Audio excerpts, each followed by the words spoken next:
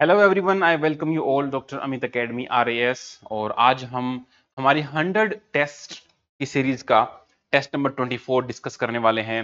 आज 10 मार्कर रहने वाले हैं और जो बच्चे टेस्ट लिख रहे हैं उनको चेक करके भी टाइमली मिल रहे हैं। अगर आप RAS का मेंस लिखने वाले हो तो आप भी इस टेस्ट सीरीज से जुड़ सकते हैं और अपने मेंस को इंश्योर कर सकते हो। Question number 1, discuss the challenges faced by IoT technology in large scale deployment. तो ये क्वेश्चन आपसे पूछना चाह रहा है कि जो IoT है, इंटरनेट ऑफ थिंग्स क्या होता है, जिसमें बहुत सारी चीजें इंटरनेट से जो कनेक्टेड होती हैं, दे आर इंटरकनेक्टेड आल्सो। तो इस टेक्नोलॉजी का लार्ज स्केल में डिप्लॉयमेंट में क्या चैलेंजेस फेस आ रहे हैं, मतलब अगर चैलेंजेस आ रहे होंगे तो उसका सॉल्यूशन भी तो आपको बताना ही पड़ेगा। जब ऐसे क्वेश्चंस में आपसे कहा जाए what are the key challenges, तो ये ध्यान आपको रखना पड़ेगा कि चैलेंजेस के साथ साथ आपको सॉल्यूशंस भी सजेस्ट करने पड़ेंगे। तो सबसे पहले आप इंट्रोडक्शन में बताओ, 10 नंबर में है तो थोड़ा सा आप वर्ड लिमिट भी उस हिसाब से लिखोगे कि internet of things enables interconnection among the devices enhancing the automation and efficiency across the centres. तो ये चीज जो है आपकी इंटरकनेक्टिविटी को हेल्प करती है। जैसे मान लो आपका वाईफाई है, आपका घर का AC है, घर का इलेक्ट्रिसिटी डिपार्टमेंट है, या हो सकता है मतलब आपकी पानी की मोटर है, या जितनी भी चीज है जो इंटरनेट से चल सकती हैं वो सारी इंटरकनेक्टेड होती हैं और वो सेंसर से होती है। मान लो एक रफ सा एग्जांपल देना चाहूंगा कि अगर आप ऑफिस से निकलते हो और घर पहुंचने वाले हो, तो आपका जो घर का जो सिस्टम है वो आपकी लोकेशन को पढ़ लेगा कि भाई 15 मिनट बाद मैं घर पहुंचने वाला हूं, तो पहले से AC चालू हो जाएगा। या मान लो आपने इंस्ट्रक्शन दे रखी है तो गीजर चालू हो जाएगा, या आपके जाने के बाद सारी लाइट अपने आप बंद हो जाए। तो इस प्रकार का एक अंडरस्टैंडिंग आपकी बननी चाहिए IoT होता क्या है। तो इसको लार्ज स्केल डिप्लॉयमेंट करने के लिए हमारे पास काफी चैलेंजेस हैं, they are technical, economic, ethical challenges भी हैं। उनको वन बाय वन हम समझेंगे। नंबर 1, सिक्योरिटी और प्राइवेसी में रिस्क क्या है। दिक्कत ये है कि अगर सारी चीज हम कनेक्ट कर देंगे तो they are vulnerable to cyber attacks. Hacking हो सकता है, डेटा ब्रीच हो सकता है, मैनिपुलेशन हो सकता है।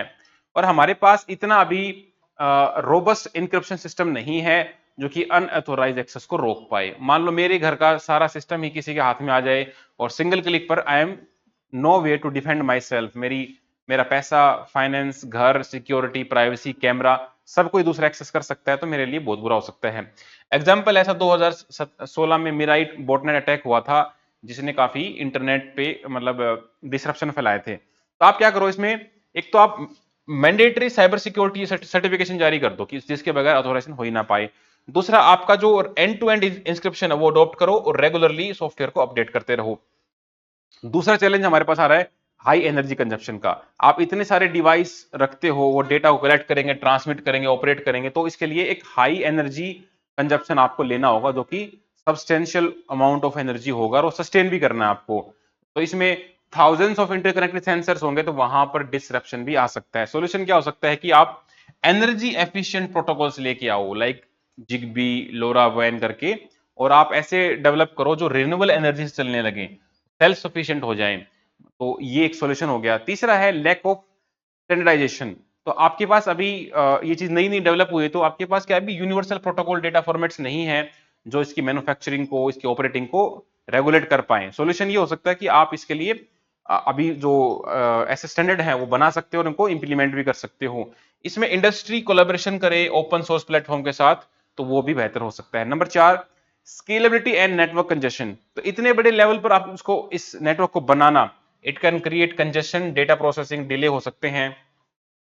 सॉल्यूशन ये हो सकता है कि इंस्टेड ऑफ आप फिजिकल इंफ्रास्ट्रक्चर, आप क्लाउड कंप्यूटिंग का यूज करो, एज कंप्यूटिंग का यूज करो, और जो 5G और नेक्स्ट जनरेशन नेटवर्क है उनको आप इसमें सपोर्ट करो IoT में। Number 5, data management and analytic challenges. भाई इस इतने बड़े डेटा को एडवांस मतलब हैंडल करने के लिए you need advance analytical and storage मतलब सॉल्यूशंस। तो इसमें आप भाई जो मशीन लर्निंग है उसमें इन्वेस्ट करो, या डेटा को डिसेंट्रलाइज करो, ब्लॉकचेन टेक्नोलॉजी करो। टेक्नोलॉजी में जितनी प्रॉब्लम्स है उतने सॉल्यूशन भी हैं, तो never provide a problem without solution. तो इन कंक्लूजन आप ये लिखोगे कि IoT is a vital for nation development, और इसके अंदर फुल पोटेंशियल अगर हमें यूटिलाइज करना है तो we need comprehensive strategies, we need multi faceted technology या मल्टी प्रोलोंग्ड अप्रोच हमको चाहिए, जिसमें security, energy, interoperability, data challenge सारे हम अडॉप्ट करें। और ये सारे हो जाते हैं तो यहाँ पब्लिक प्राइवेट पार्टनरशिप का भी एक मॉडल आ सकता है। Government is not alone in position to do all the things. उसमें प्राइवेट सेक्टर को हम इन्वॉल्व कर सकते हैं। पब्लिक प्राइवेट पार्टनरशिप मतलब ट्रिपल पी मॉडल हमारे लिए बहुत इंपॉर्टेंट होगा अगर हम चाहते हैं एक सिक्योर, एफिशिएंट और inclusive ecosystem. Question number 2, explain the role of IoT in transforming agriculture and smart cities. तो इंटरनेट ऑफ थिंग्स का आपसे रोल पूछा है एग्रीकल्चर में और स्मार्ट सिटी में, तो आप अलग अलग बताओगे दोनों पे इम्पैक्ट। आप इंट्रोडक्शन वो सेम भी रख सकते हो। इंटरनेट ऑफ थिंग्स होता क्या है? Internet of things refers to the interconnections of all the devices which are connected to internet, और जो इसमें आपको मदद करता है ऑटोमेशन में, एफिशिएंसी में, डेटा ड्रिवन डिसीजन मेकिंग में। अगर हम इस पे एग्रीकल्चर के ऊपर देखें तो देखो भाई, सोयल और क्रॉप मॉनिटरिंग हो सकता है। जो आईओटी के सेंसर्स होंगे, सोयल के अंदर कितना मॉइस्चर है, न्यूट्रिएंट लेवल क्या है, क्रॉप की हेल्थ क्या है, वो कर सकते हो। फार्मर को इंस्टेंट अलर्ट मिल जाएंगे अगर मान लो कहीं पर उसको इंस्टेंट इंटरवेंशन करना है, मौसम विभाग की तरफ से कोई चीज जारी होती है या मार्केट को लेके कुछ होता है तो वो इंस्टेंटली आपको मिल जाएगा। जैसे ड्रिप इरिगेशन है, तो इससे आपकी वाटर की जो एफिशिएंट यूज है वो होगा, पानी का वेस्टेज भी कम होगा और सोइल का हेल्थ भी बना रहेगा। दूसरा वेदर मॉनिटरिंग एंड फोरकास्टिंग है, तो हाइपर लोकल वेलफेयर डेटा आपको कलेक्ट करके आपको पता लग जाएगा किस टाइम बोना चाहिए, किस टाइम हार्वेस्ट करना चाहिए। क्रॉप प्रोडक्शन के लिए अभी मान लो कोई डिजास्टर या हेल्थ स्टॉर्म आने वाला है तो you can manage, you can minimize the damage. ठीक है, आप टाइमली पेस्टिसाइड स्प्रे कर सकते हो, तो ये इंश्योर करेगा आपका प्रोडक्शन मैक्सिमम हो।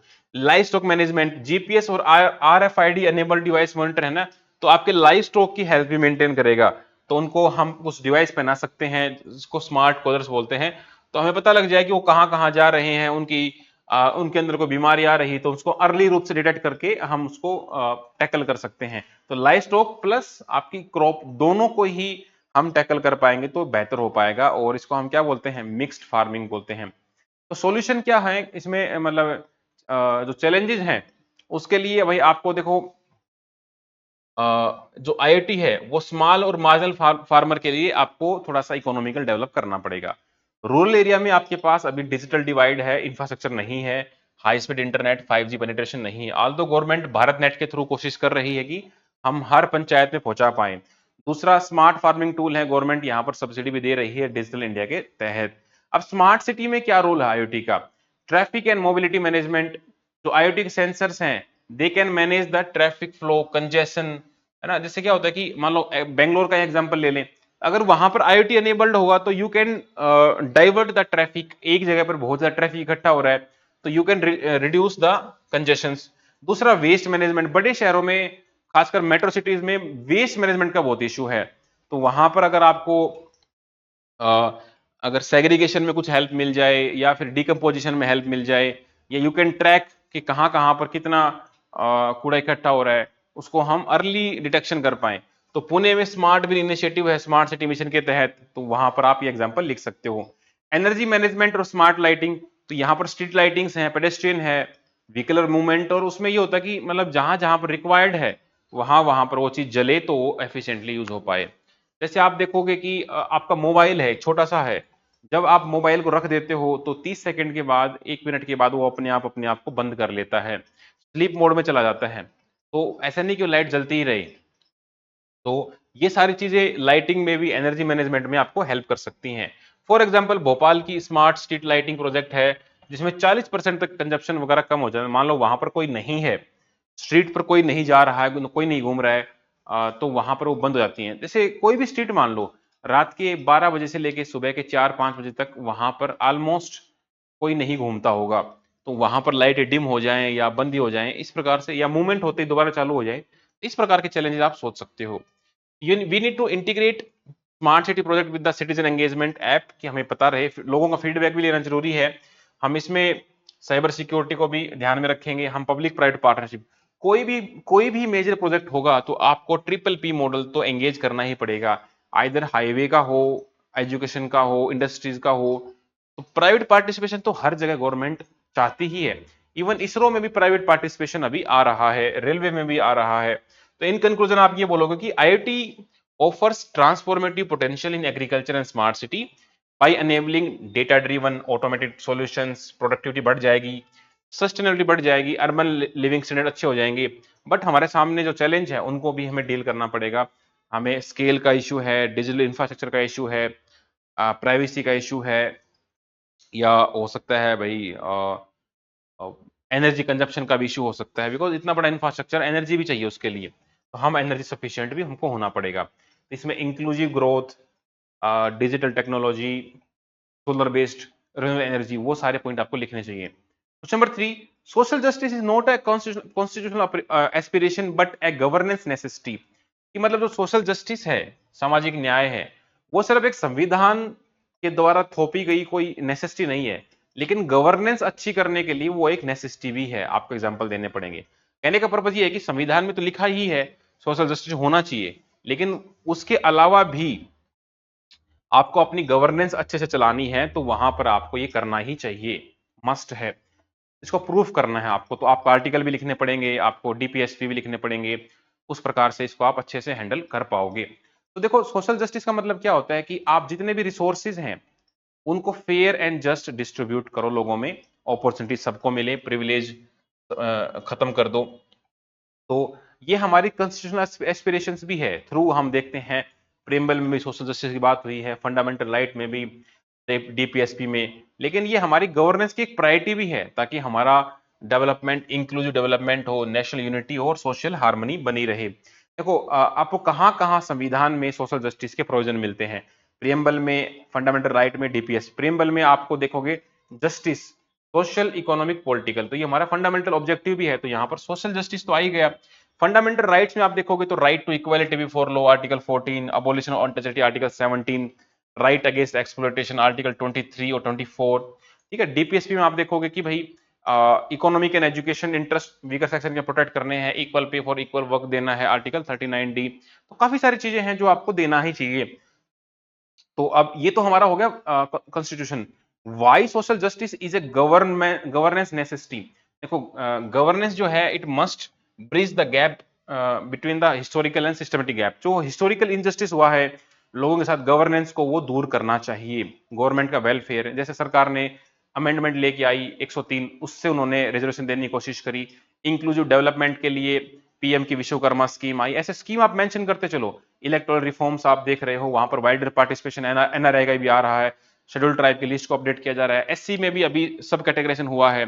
तो ये सारी चीज आप यहाँ पर लिखो। 2020 की एनईपी आया, एजुकेशन प्रमोट करने की कोशिश कर रही है, लेकिन हमें दिक्कत क्या है कि भाई लास्ट माइल डिलीवरी नहीं हो पाती, करप्शन आ जाता है, कास्ट बेस्ड डिस्क्रिमिनेशन भी होता है, डिजिटल डिवाइड है, गांव तक नहीं पहुंच पा रहा है। इसके लिए आप क्या कर सकते हो भाई? एक एक रोबस्ट ग्रीवेंस रिड्रेसल सिस्टम बनाओ, पार्टिसिपेटरी गवर्नेंस बनाओ, डिजिटल लिटरेसी प्रोग्राम चलाओ, स्ट्रॉन्गर इंप्लीमेंटेशन करो। अगर ये आप सारे कर देते हो तो भाई आप एक अच्छी गुड गवर्नेंस और सस्टेनेबल डेवलपमेंट का एग्जांपल बन सकते हो। और हम चाहते हैं कि equity, dignity, opportunity for all सबके लिए होना चाहिए। तो इसमें आपके पास लिखने को बहुत कुछ है, बट लिखने की जो आर्ट है, कहां पर क्या डालना है, that will matter in the exam. ठीक है। तो आप भी हमारी टेस्ट सीरीज ज्वाइन कर सकते हैं। जस्ट मेयर 5000 में आपको 100 टेस्ट मिल रहे हैं, 23 मेजर, 77 माइनर्स। सारी डिटेल आपको डिस्क्रिप्शन में मिल जाएंगी। मिलते हैं अगले टेस्ट के साथ। Thank you.